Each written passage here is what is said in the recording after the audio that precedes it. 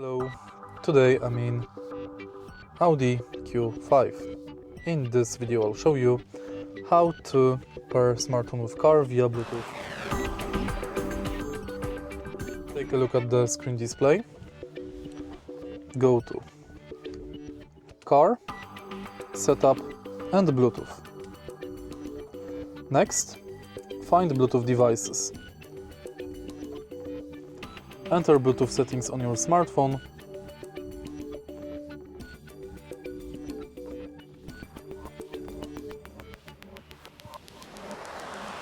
and select your smartphone from the list. Select hands-free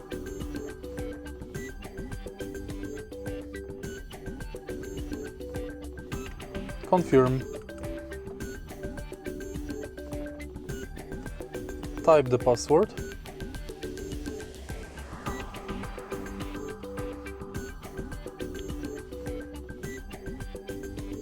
and it's done. If you find this video helpful, please leave like, comment and subscribe.